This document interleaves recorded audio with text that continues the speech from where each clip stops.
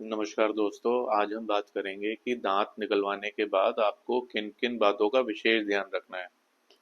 तो सबसे पहले तो अगर आपका दांत खराब हो गया है और अगर आपके डेंटिस्ट ने उसको बोला है निकलवाने के लिए, तो उससे पहले किसी भी तरीके की वहाँ पे कोई सिकाई ना करें।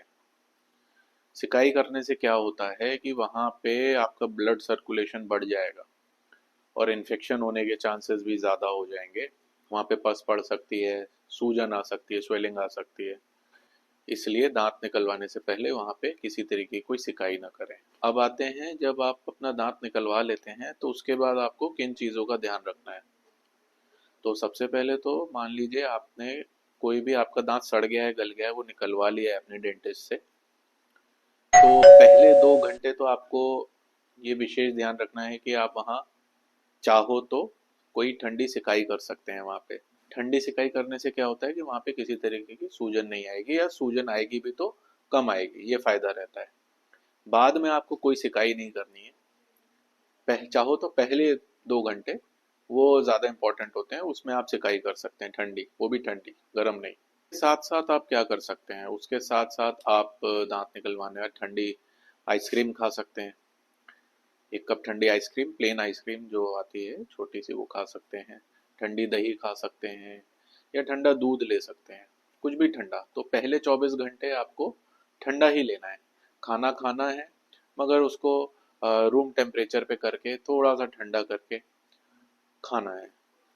कई पेशेंट बोलते हैं डॉक्टर साहब चाय पी सकते हैं, कॉफ़ी पी सकते हैं, अवॉइड कर लेंगे तो अच्छा है। नहीं तो उसको भी थोड़ा ठंडा करके सेवन कर सकते हैं, मगर पहले दिन अवॉइड कर लेंगे तो ज़्यादा अच्छा है। अगर कोई पेशेंट डायबिटिक है, आइसक्रीम मीठा नहीं खा सकते, तो उस केस में वो ठंडी दही ले सकते हैं, या फिर कोई भी ठंडा आइटम खा सकते हैं, ऊपर से ठंडी सिकाई कर सकते हैं, उतना भी बहुत है। बाकी साथ में आपकी दवाइयाँ तो चलेंगी। इस बात का ध्यान रखेंगे कि जब भी आप कुछ ठंडा ले रहे हैं लिक्विड फॉर्म में, तो उसको स्ट्रॉ से ना पिए। स्ट्रॉ से पीने का नुकसान ये है कि वो वहाँ पे जो क्लॉट बनता है दांत निकलने के बाद, वहाँ एक सॉकेट बन जाता है, उसमें जो क्लॉट बनता है, खून का जो थुपका होता है, वो निकलने के, डिसलॉज होने के चांसेस ज़्यादा हो जाते हैं स्ट्रॉ से। तो इसलिए हम मना करते हैं कि पेशेंट को कि स्ट्रॉ से ना पिए, सीधा ग्लास से पिए। उसके साथ साथ आप क्या ले सकते हैं, आइसक्रीम के साथ साथ आप नारियल पानी ले सकते हैं, ठंडी दही ले सकते हैं, दूध ले सकते हैं। और खाने में सॉफ्ट खा सकते हैं, चावल दाल खिचड़ी दलिया दूध दही ये सब खा सकते हैं, परहेज कुछ नहीं है, बस ये ठंडे गर्म का फर्क होता है, उसका आपको ध्यान रखना है। तो पहले 24 घंटे हमें ठंडा लेना है। अब आते हैं आफ्टर 24 आवर्स। 24 घंटे बाद आपको क्या करना है। 24 घंटे बाद आपको हल्का सा गुनगुना पानी लेना है, उसमें टेबल सॉल्ट ऐड करना है थोड़ा सा, और उससे आपको कुल्ले करने हैं धीरे धीरे। जोर जोर से थूकना नहीं है। बार बार पे जख्म अपने हाथ नहीं लगाना है। कई पेशेंट बार बार जख्म को चेक करते हैं, शीशे में उठा उठा के देखते हैं, उससे वो एरिया इन्फेक्ट हो सकता है, तो उस चीज को अवॉइड करना है। और बार बार थूकना नहीं है जोर जोर से, नहीं तो वो जो आपका क्लॉट बना है वो निकल सकता है। तो ये कुछ बातें हैं जिसका आपको बहुत बेसिक इंस्ट्रक्शंस हैं जिसका आपको ध्यान रखना है दांत निकलवाने के बाद। तो 24 घंटे बाद आपको कुल्ले शुरू कर देने हैं, अपने गुनगुने पानी में नमक डाल के उसके कुल्ले शुरू कर देने हैं आपको। जितना ज़्यादा आप उसको यूज़ करेंगे, दिन में 3 से 4 बार करेंगे, तो उतनी हीलिंग आपकी फास्ट होगी।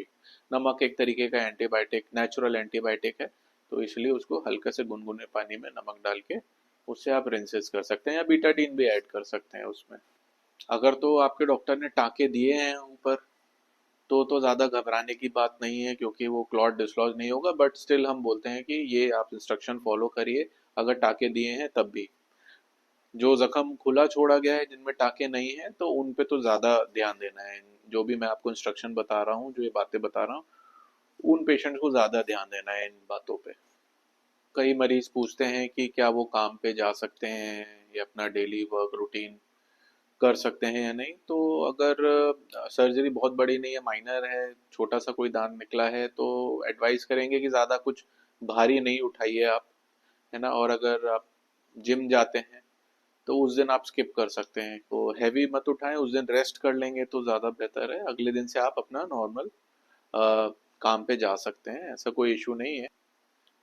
अगर टाँके आए हैं और सर्जरी थोड़ी बड़ी हुई है, मान लीजिए आपने अपनी अक्कल दाढ़ निकलवाई हुई है, वहाँ पे डॉक्टर को थोड़ी सी बोन काटनी पड़ गई होगी, फिर वहाँ पे टाँके आ गए हैं, तो फिर आपको कम से कम 1-2 दिन का रेस्ट लेना ज़रूरी है। ये जो हम आपको इंस्ट्रक्शंस बता रहे हैं, इसके साथ-साथ आपकी दवाइयाँ भी चलेंगी। इसके साथ-साथ ब्रशिंग के लिए पेशेंट पूछते हैं, तो ब्रशिंग आपको बहुत ही जेंटली करनी है उस एरिया पे जहाँ पे आपने दाँत निकलवाया है। उस एरिया पे ब्रशिंग आपको बहुत ही जेंटली करनी है।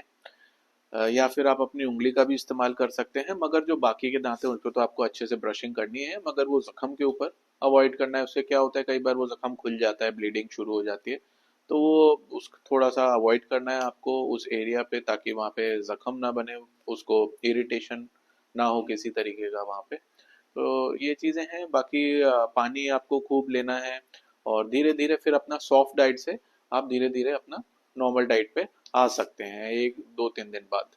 तो आशा करता हूँ ये सारे इंस्ट्रक्शन आपको अच्छे से समझ में आ गए होंगे। अगर स्टिल आपको कोई डाउट है तो मुझे कमेंट करिए, मैं ज़रूर उसका जवाब दूंगा। मैं हूँ doctor Shashank Shekhar, practising endodontist, Ghaziabad. नमस्कार।